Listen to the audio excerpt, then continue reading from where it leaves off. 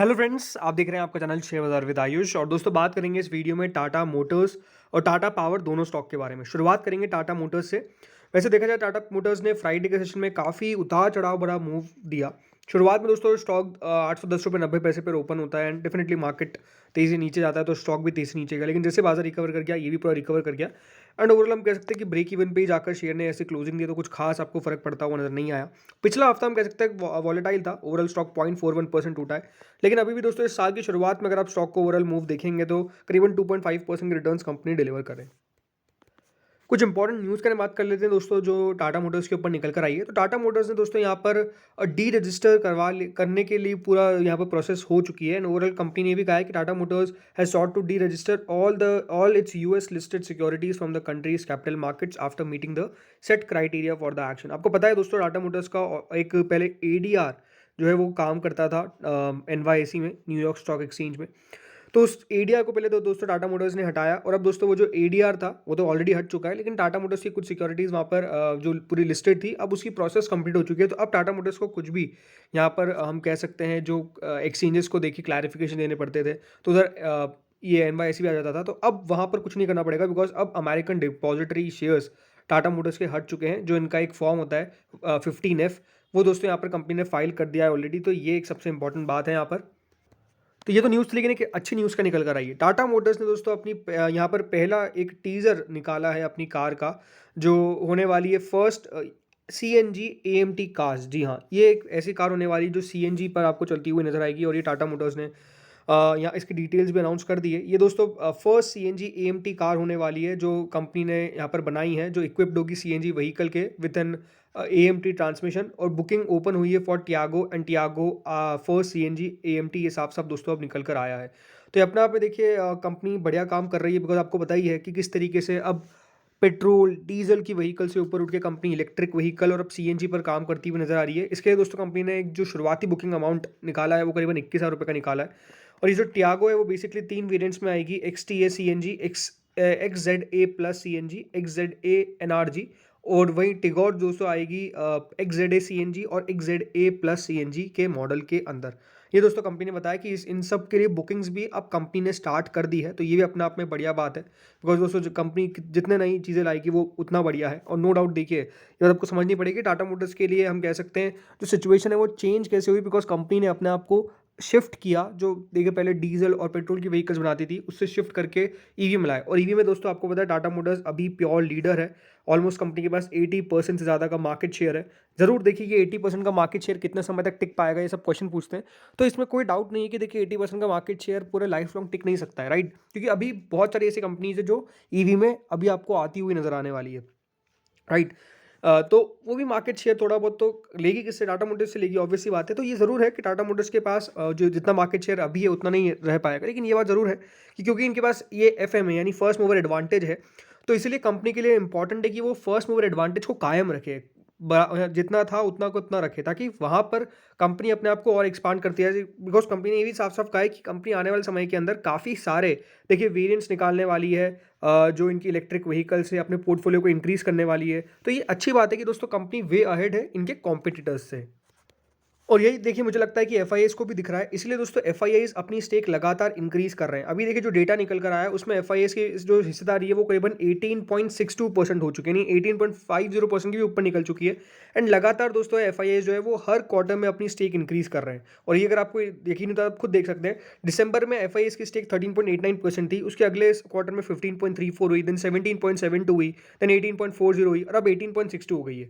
ज़रूर इस क्वार्टर में डीआईएस की थोड़ी सी स्टेक कम हुई है और ये हम कह सकते हैं अ, थोड़ा सा नहीं थर्ड क्वार्टर है जब दोस्तों कम डीआईएस ने यहाँ पे स्टेक कम करी है, लेकिन ऐसा नहीं है कि बहुत ज़्यादा स्टेक कम कर दी। अभी भी 17% से ज़्यादा डीआईएस के पास स्टेक बची हुई है। और जो पब्लिक के पास स्टेक है वो ऑब्वियसली बात है, क्योंकि देखिए एफआईआईज और डीआईएस या फिर एफआईआईज थोड़ी सी अपनी बाइंग कर रहे हैं तो एफआईआईज के पास ज़्यादा स्टेक है और अभी पब्लिक के पास ओनली 17.60% है। ये बात ध्यान रखिएगा, जिस स्टॉक में एफआईआईज और डीआईएस की अच्छी सारी रहती है वो अच्छा शेयर माना जाता है। लेकिन ये बात भी आपको अब ध्यान रखनी है कि दोस्तों कंपनी के नतीजे आने वाले हैं। दोस्तों टाटा मोटर्स के नतीजे आएंगे 2 फरवरी को, यानी ओवरऑल हम कह सकते हैं अगले हफ्ते कंपनी के नतीजे आएंगे और उस पर बाजार रिएक्शन भी देगा। तो ये नंबर्स बहुत इंपॉर्टेंट होने वाले हैं टाटा मोटर्स के लिए, बिकॉज कंपनी की ग्रोथ किस प्रकार से रहती है। वैसे कंपनी हर क्वार्टर में बढ़िया करती आ रही है, तो टाटा मोटर्स के लिए ये वाला क्वार्टर भी बहुत इंपॉर्टेंट रहने वाला है कि किस तरीके से कंपनी की यहाँ पर भी ग्रोथ है। क्योंकि जिनको नहीं पता दोस्तों, कल यानी थर्सडे को जो अमेरिकन मार्केट है उसमें टेस्ला में बड़ी गिरावट देखने को मिली है, बिकॉज वहाँ पर जो ईवी है उतना उनकी कंपनी इतनी ग्रोथ नहीं कर पाई। तो ये अपने आप में एक अजीब सी बात है कि वहाँ पर जो है अब इलेक्ट्रिक व्हीकल्स इतनी आ चुकी है कि वहाँ पर कंपनी की ग्रोथ उस प्रकार से देखने को नहीं मिल पाई। काफ़ी देखिए अलग अलग कारण भी है, जैसे रेट कट नहीं हो पाई, वो भी एक बड़ा प्रॉब्लम है वहाँ पर। लेकिन नो डाउट टाटा मोटर्स में हम कह सकते हैं, क्योंकि इंडिया में अभी शुरुआत ही हुई है इलेक्ट्रिक व्हीकल्स की, तो इंडिया में इतनी कोई खास बड़ी प्रॉब्लम देखने को नहीं मिलेगी, इस प्रकार की एक्सपेक्टेशंस है। बाकी ये जरूर कि देखिए टाटा मोटर्स का जो 52 हफ्तों का हाई है वो है 827 रुपये 60 पैसे का, अभी बनाया हाल फिलहाल में ही। तो उन लेवल्स पे किस प्रकार से दोस्तों स्टॉक रहता है, 850 रुपये के लेवल दिख पाते नहीं दिख पाते, देखने वाली बात होगी जरूर। और आई थिंक 850 रुपये का लेवल दिखेगा कि नहीं दिखेगा वो कंपनी के नतीजे तय करेंगे, बिकॉज नतीजे किस प्रकार के आएंगे, अच्छे आने वाले इस प्रकार की एक्सपेक्टेशंस मार्केट की पूरी है। बट अगर अच्छे और ज़्यादा अच्छे निकल के आते हैं या फिर हमारे एक्सपेक्टेशन से ऊपर निकल कर आते हैं, मार्जिन अगर कंपनी की इंक्रीज होती है, तो फिर डेफिनेटली मार्केट इसमें 850 का लेवल भी दिखा देगा, कोई बहुत बड़ी बात नहीं है। तो लेट्स सी क्या होता है नंबर्स पर। अब दोस्तों बात करते हैं टाटा पावर पे, एक और टाटा ग्रुप की कंपनी। वैसे टाटा पावर में बहुत ही शानदार मूव देखने को मिला हमको कल के सेशन में, थर्सडे के सेशन में, और 366 पे दोस्तों शेयर ने क्लोजिंग दी है 366.70, जो इसका कल 52 हफ्तों का हाई भी बनता हुआ नजर आया। तो शेयर ने कल अच्छा मूव दिखाया और इस साल की शुरुआत से ओवरऑल टाटा पावर जो है वो 10% से ज़्यादा इंक्रीज हो चुका है। तो टाटा पावर में मूव काफ़ी शानदार देखने को मिला है। हम कह सकते हैं टाटा पावर पिछले एक साल में 80% से ज़्यादा इंक्रीज हो चुका है। और ये बात ध्यान रखिएगा, काफ़ी कंसोलिडेशन स्टॉक में हमने देखा है। क्यों देखिए स्टॉक में आपको तेजी देखने को मिल रही है, इसके पीछे का एक बड़ा रीजन भी है। तो दोस्तों ये बात ध्यान रखिएगा, प्रधानमंत्री सूर्योदय योजना अभी हाल फिलहाल में लॉन्च हुई है और इलारा ने ये साफ साफ कहा है कि उनके लिए इस योजना के जो टॉप पिक होने वाले हैं वो होंगे टाटा पावर, जिसमें टारगेट दिया गया करीबन 288 रुपीज़ का अक्यूमुलेट करने का, और टारगेट प्राइस दिया गया 288 का। वैसे इसके ऊपर ट्रेड कर रहा है। आरईसी पे टारगेट दिया गया है 582 का। आई रेडा को अभी तक रेट नहीं किया गया, लेकिन स्टॉक पे जरूर है, टारगेट नहीं दिया गया मतलब। पीएफसी, केईआई इंडस्ट्रीज, ये सब दोस्तों शेयर्स के ऊपर टारगेट जो है वो बेसिकली दिए गए हैं।